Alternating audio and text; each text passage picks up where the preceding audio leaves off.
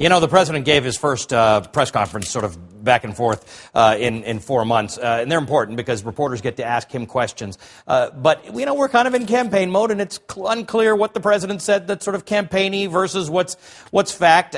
So we always like to check things out because that's kind of what we do. And for matters to do with tax and the economy, we often turn to our good friend Jean Sahadi, who's a senior writer with Money.com, a good friend of mine in New York. And we wanted to run a few things that the president said by you, Jean, because you follow these things so closely. So I first want to start with comments that the president made, which we've been hearing a lot about extending or not extending the Bush tax cut to people making over $250,000 a year. Let's listen to the president. As I said, we could this month give every American certainty and tax relief up to $250,000 a year.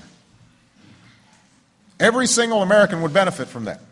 Now, people who make $250,000 a year or less, they'd benefit on all their income.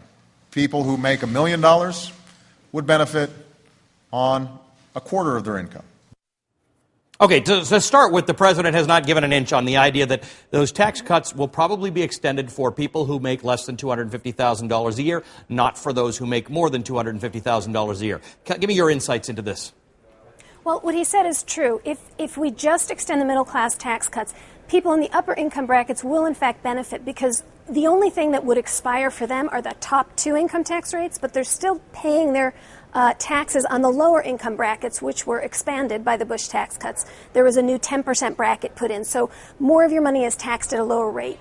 In addition, there were marriage penalties that were reduced that upper income folks would benefit from. So he's right, up to $250,000, they would enjoy the same tax benefits as the middle class on that portion of their income. Okay, let's talk a little bit about, I just want to ask you about the number of people this affects, because we often talk about the top 1%, 2%, 3%. What are we talking about with people who earn more than $250,000 a year? Who earn more than, you said? Yeah, who earn more than. How many people does that? It's between 2 and 3% of tax filers. Okay. I actually asked the Tax Policy Center this. I said, everybody says between 2 and 3%. Can anybody say 2 or 3% and just sit with that? And the answer is kind of no, because they have to wait until all the data comes in, and so they're estimating in terms of tax returns that are filed. The other thing is, we discuss whether it's worth it to extend these tax cuts to the highest earners in America. What will that do for the economy versus what will it cost us? The president commented on that. Let's listen to what he had to say. We can have a further conversation about how they want to spend an additional $700 billion to give an average of $100,000 to millionaires. That, I think, is a bad idea. If you were going to spend that money, there are a lot better ways of spending it.